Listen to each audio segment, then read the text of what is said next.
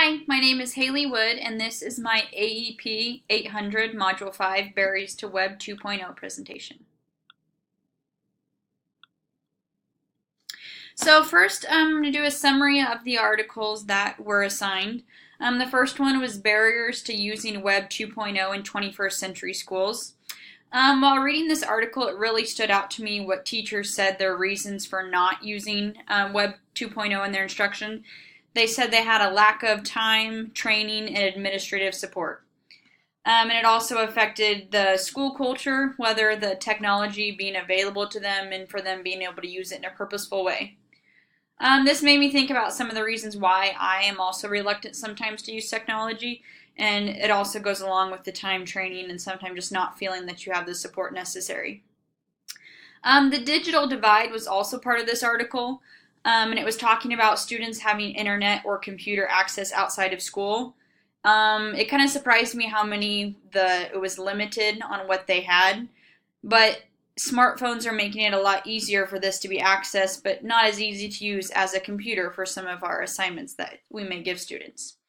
It also talked about using technology for drill and practice. That's kind of what seems to be the easier thing to do. And instead using the technology for problem solving and bringing real world applications into the instruction are what would make the best use of the technology. The next article was 7 common barriers that obstruct tech adoption in education. The 3 that really stood out to me that I made a connection with the most was having a lack or no vision.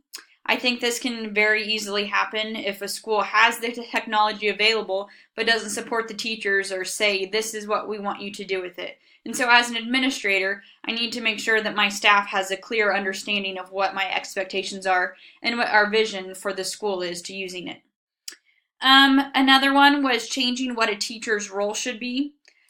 Using technology, we're kind of starting to move more towards a project and inquiry-based learning. Students are now at the center of the learning. Instead of the teacher standing up there giving information to the students are kind of going out there and understanding. And so that's one reason that tech adoption in education is just kind of important to do, is getting students to the center. And that's kind of changing what students or teachers may be used to doing. And so kind of changing that whole process is definitely going to take some time. And then the other barrier was thinking beyond textbooks. It talked about kind of digitally based curriculum and open education resources, which I'll be talking about here in just a little bit too. About how those are kind of some of the things is not just using the textbooks that we have, but thinking beyond that and using the technology in some more purposeful ways. The next article was the digital divide. A quarter of the nation is without broadband. This was really interesting to me to see how many people out there just don't have the access available. In the area that I live, we do have, I'm fortunate enough, we easily have internet accessibility, but my in-laws that live just about 10 minutes south of us, they have a lot different story, just not quite as easy to access. What they have that's very limited, the cost is a lot more also, and so just kind of a small area how different it can be. Also, if it is available some places, it's just not affordable. And my students were in a kind of a rural area, so we also have a lot of low-income students. So just having that, it's not as available to them to have that internet access or having the ability to incorporate those. And so it just kind of made me aware that we need to think about that with our students, that a lot of them don't have the access, so it makes it harder when we're trying to give them assignments or things such as that. The next article was open educational resources. This was really interesting to me. My school just recently, we adopted a new math curriculum. And so it was interesting to me reading this and understanding how, we could have maybe looked a little bit more into this. But we went with a curriculum that does have textbooks. It also has some online capabilities. But the open educational resources replace the use of textbooks. The lessons are created and then they can easily be shared. And then they can be updated or changed easily also by having it online. And then they're trying to work to where it connects topics together instead of just having individual lessons available without connection between them. And then the ICT adoption barriers video. It talked about the most innovative practices happen more so in primary schools than secondary. The reasons that the presenter gave was that in primary schools, you have a smaller group, so it's a lot easier to have a shared vision across the whole school. And then in primary schools, you have the same students all day long. So it makes it a good investment to be able to explain instruction and technology to students because you're getting good use out of it since it's those same students all day long. In secondary, you might see the students for about 45 minutes a day. And so the whole school really needs to be on board with the same ideas for it to make sense to make best use of the time. Now I'm going to answer the question. So, do you feel the digital divide can be resolved? Why or why not?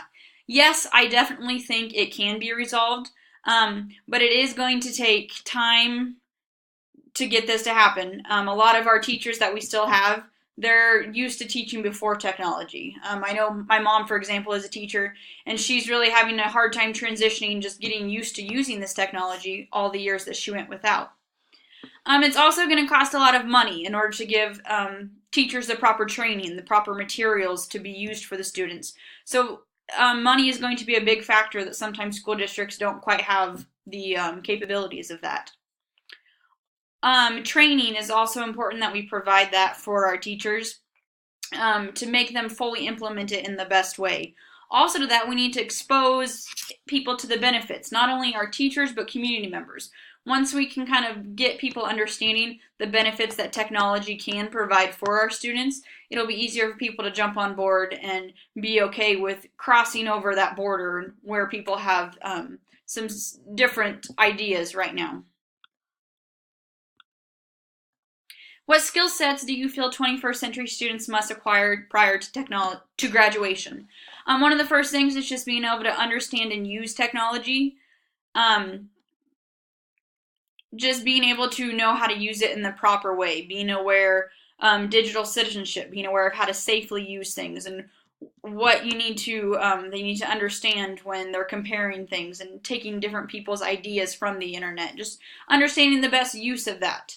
Also communication, that's an important skill. Even if they're going to work individually on their own most of the time, they're still going to have some communication with others. So them just being able to communicate in an effective way, a positive way. We still need to use that even though we're using technology. Still, that communication needs to be a key part of this. Collaboration, just being able to work with other students, being able to get along with others. I tell my students all the time, you may not like someone, but you still need to work together with them in the most effective way.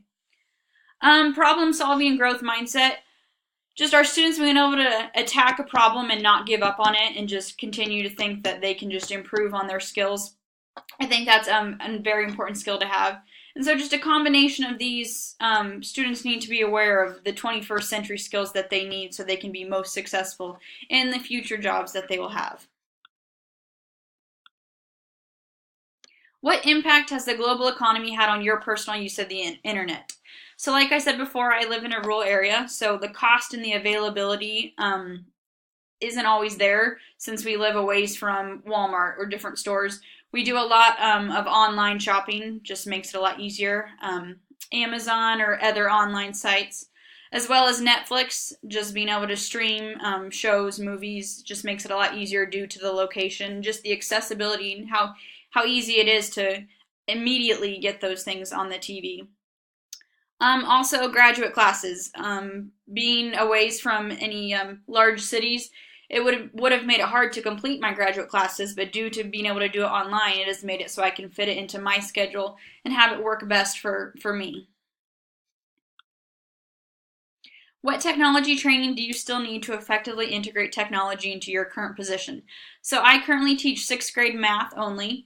And so just knowing what technology would be best to use for math is what I think would help me out the most. Understanding what programs or what apps can best benefit my students. Not just, oh, here, go on this app for drill and practice of math facts, but understanding what can help develop their understanding in math, develop some of those problem-solving skills.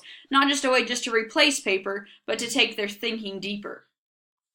Also, just any way I can incorporate STEAM into my my lessons and my instruction. So just the science, technology, engineering, arts with the math that I teach. Just so I can create more well-rounded students, and I think technology can play a great role in that by being able to bring other things into our classroom that aren't quite accessible. Is your school or district equipped with 21st century skills, just 21st century technology? In my middle school that I teach at, we are not one-to-one, but every room does have either an iPad cart or a computer cart. I have a set of classroom iPads in my room, but sometimes when we're working on computer things, it makes it a little more difficult to go borrow from another room, whereas if we were one-to-one, it would be a little bit easier to do that. We do have a projector and Apple TV. Unfortunately, we do not have a smart board, but that's something I'm hoping for. And then the school gives us a teacher computer and an iPad as well. So I feel that our school is equipped with most of the technology necessary, just maybe need a little bit more of the training on how to more specifically use those. What are the advantages of innovative practices in schools? So I think these practices provide skills that students need for their future, those 21st century skills that they're going to need to be successful in their future jobs. It can encourage deeper thinking and collaboration. Students are able to go outside of the classroom for like virtual field trips and just kind of think deeper and understand. I think these innovative practices help benefit those ideas. It's also more engaging for students. Students are really interested when you're using technology or can incorporate some of these different practices into the instruction. It also helps understand others and their views or ideas. It makes it easy to collaborate with others outside of the classroom, and we can make connections maybe with students in different schools or different states, so we can just understand the viewpoints of others. It also helps students be more self-sufficient.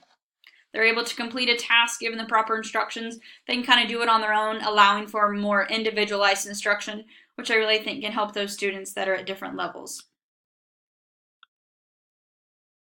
What disadvantages do I see? If the technology and the practices aren't fully implemented, I think it can be kind of a waste of time and money. So it's important to provide that training to be able to execute it in the best way. And it also takes extra time in order to train your staff on how to use the programs, on how to implement what the school's vision is. It takes that time for the teachers, but then it also takes the time for the teachers to show the students how to use the programs. And at least at my middle school level, 6th graders, they forget from one day to the next how to simply log on to something. So it just takes a lot of extra time in order to best use those. Also, technology issues. Technology issues seem to arise all the time, whether it be the internet going out or programs locking up and just making it a lot harder for students to access. This comes from some of the disadvantages that come with using these practices. Have you experienced problems with cyberbullying or other inappropriate internet use with students? I haven't specifically encountered too many issues with cyberbullying or inappropriate use. Other than in the classroom, some students are sometimes not where they're supposed to be. They'll try getting on and listening to music or playing games when they're supposed to be working on another project. Our students are allowed to have their personal cell phones, personal devices at lunch and in passing periods. And I think sometimes there is some inappropriate use on those where students are showing others pictures. It's a little bit harder since those aren't the schools, but I don't know for sure, but I think some students might be. And then also last year we had an issue. Some girls had a group text message going on saying things. So that issue happened outside of school, but the issue was brought to school by girls saying things to each other, and then the parents got involved. And so just that happening outside of school brought it in, not one that specifically happened there. Also, the filtering at school, it tries to prevent some of this inappropriate use, but there's always things that can kind of come through with not being aware. That's my presentation. Thanks for watching.